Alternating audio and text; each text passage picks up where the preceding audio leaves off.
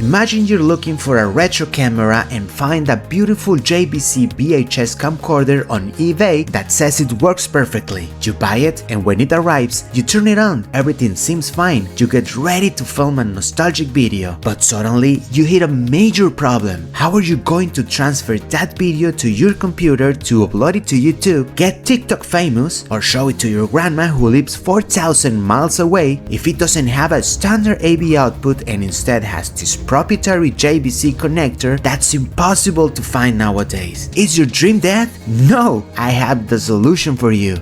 Alright, maybe that was a bit dramatic, but you get the point. In today's video, I'm going to make an adapter cable for that proprietary JVC port found in many camera models from the 80s and 90s, like this JVC GRC7. This port was also used in another brands affiliated with JVC like this Zenith BM7150, so it was relatively common back in the day. The goal is to capture video from these cameras and give them new life. If you've seen my videos, you know I love these cameras, and I prefer to modify them internally by installing a 3.5mm output connected to my mini DVR and record everything directly onto an SD card. If you don't know what a mini DVR is, here's a video where I explain it. However, some people have told me that they'd rather not modify their cameras or they find the process too complicated, so I thought making this adapter cable could be a good solution for them. So I decided to make this video. I know it's not a very popular topic and it probably won't get many views. So if you enjoy this kind of content, please support me by leaving a like, a comment, and subscribing to the channel. That way, you'll keep the YouTube algorithm promote my videos a little bit more, which motivate me to keep making them. Thank you so much. And now,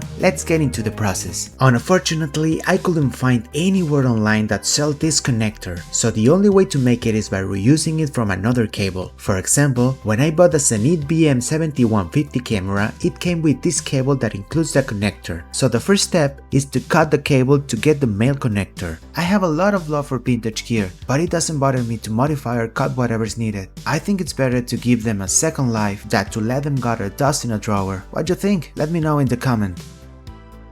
The second step is to figure out which pins on the connectors are for video signal, ground, and audio. For that, I'll use my multimeter and this other cable that came with another camera I bought. This cable has a proprietary connector on one end and typical RCI connectors on the other. For me, this cable was pretty hard to find, so I take good care of it because it's really useful for testing. Next, I'll show you the process I used to identify the pins we need. If you're making this cable, you don't need to follow the entire process, as I'll give you an easy to follow diagram at the end.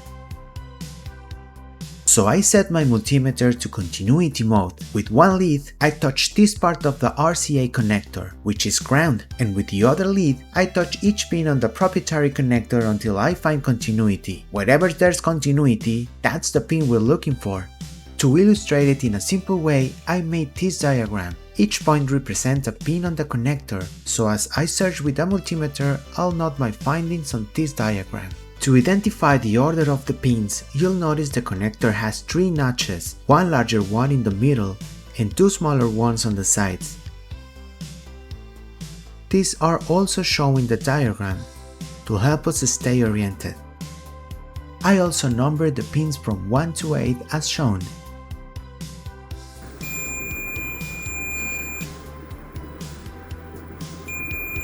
That's how I determined that the ground for the audio cable was on pin number 4. Now, to find which pin is for the audio and video signal, I'll follow the same process, but this time placing one multimeter lead on this part of the RCA connector.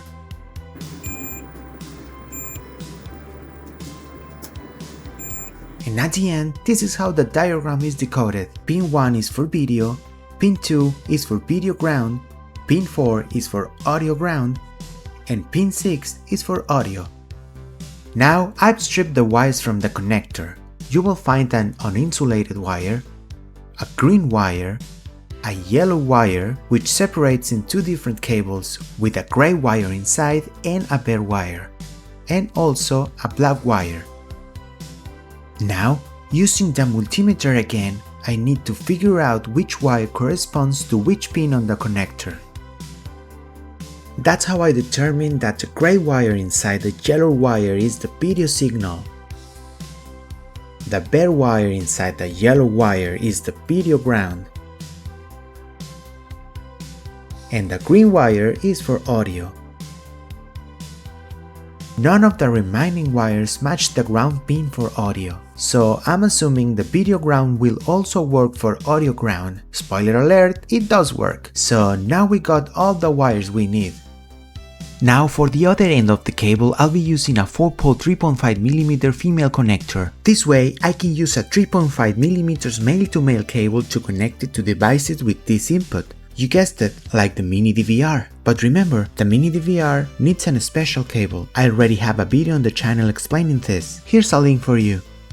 Additionally, this adapter will also allow us to connect cables with a 3.5mm male plug on one end and standard RCA male connectors on the other. This type of cable was commonly used by many cameras from the 90s and early 2000s to connect it to a television, so it's really easy to find. With this cable, for example, we can connect a USB capture card to transfer video directly from the camera to a PC.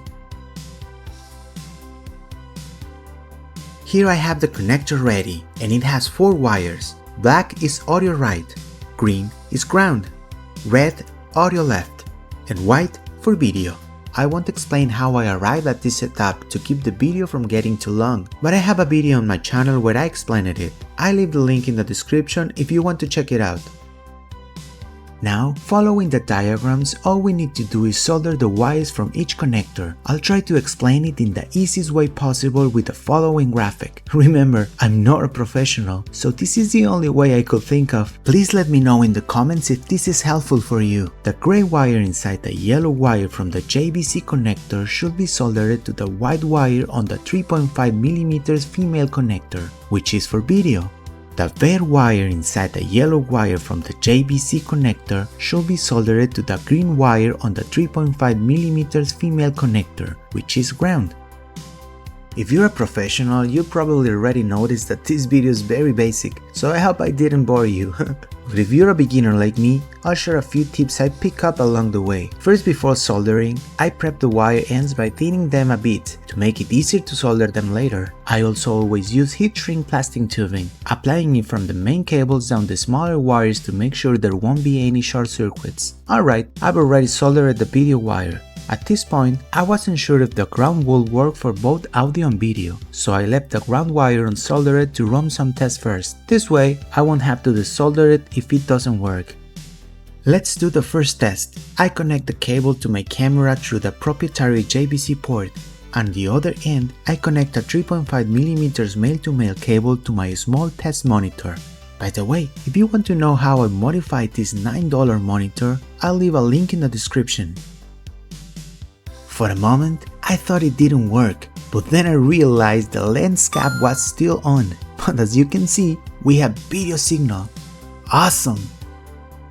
Now let's move on to audio. First, since this type of camera only has mono sound, I'll join the black and red wire, which are audio left and audio right, and solder them to the green wire on the JVC connector. Since I wasn't sure if the video ground wire would also work as ground for audio, I ran a test by connecting the camera to the mini DVR to check if we had audio, and here's the result. This is an audio test. This is an audio test. Are we getting audio?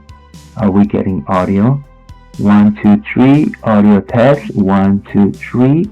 Are we getting audio? We don't know. Great! Now that everything is working correctly, we can remove these extra wires and finish the cable with the heat shrink tubing. But first, we need to solder the ground wire while we had left temporarily for testing. And that's it!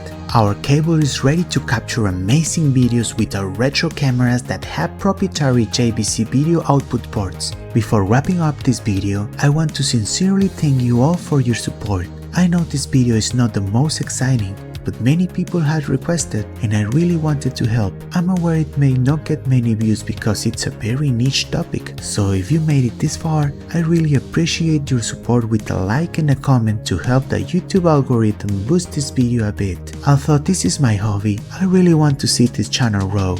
Right now, I'm in the part of the year where I have the most overtime hours at my full-time job, so it will be a bit challenging to make videos as frequently, but trust me, I have some amazing projects just around the corner. Unfortunately, finding time to do what you're passionate about is the hardest part these days, but your support motivates me to keep going. Thank you again, and I'll see you in the next video.